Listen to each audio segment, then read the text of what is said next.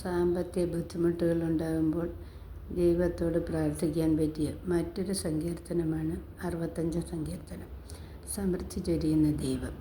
ദൈവമേ, സിയോനിൽ വസിക്കുന്ന അങ്ങ് സ്തുത്യർഹനാണ്.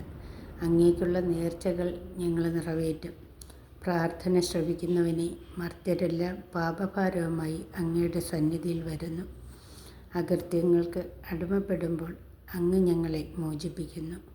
അങ്ങയുടെ അങ്കണത്തിൽ വസിക്കാൻ അങ്ങ് തന്നെ തിരഞ്ഞെടുത്ത് കൊണ്ടുവരുന്നവൻ ഭാഗ്യവാൻ. ഞങ്ങൾ അങ്ങയുടെ ആലയത്തിലെ വിശുദ്ധ മന്ദിരത്തിലെ നന്മ കൊണ്ട് സംതൃപ്തരാകും. ഞങ്ങളുടെ രക്ഷയായ ദൈവമേ, ഭീതികരമായ പ്രവൃത്തികളാൽ അങ്ങ് ഞങ്ങൾക്ക് മോചനമരുളുന്നു.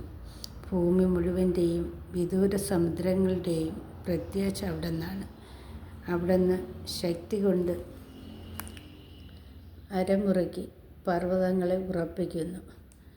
അവിടുന്ന് സമുദ്രങ്ങളുടെ മുഴക്കവും തിരമാലകളുടെ അലർച്ചയും ജനതകളുടെ കലഹവും ശമിപ്പിക്കുന്നു.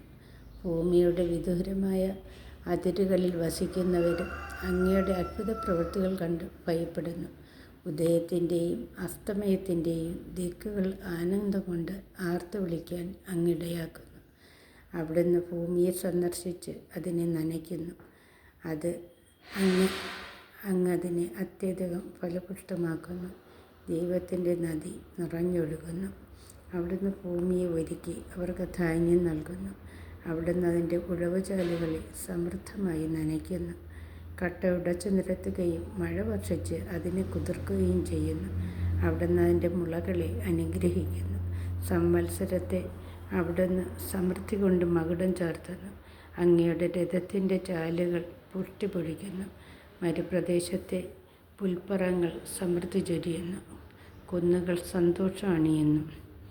മേച്ചിൽപ്പുറങ്ങൾ ആട്ടിൻകൂട്ടങ്ങളെക്കൊണ്ട് ആവൃതമാകുന്നു.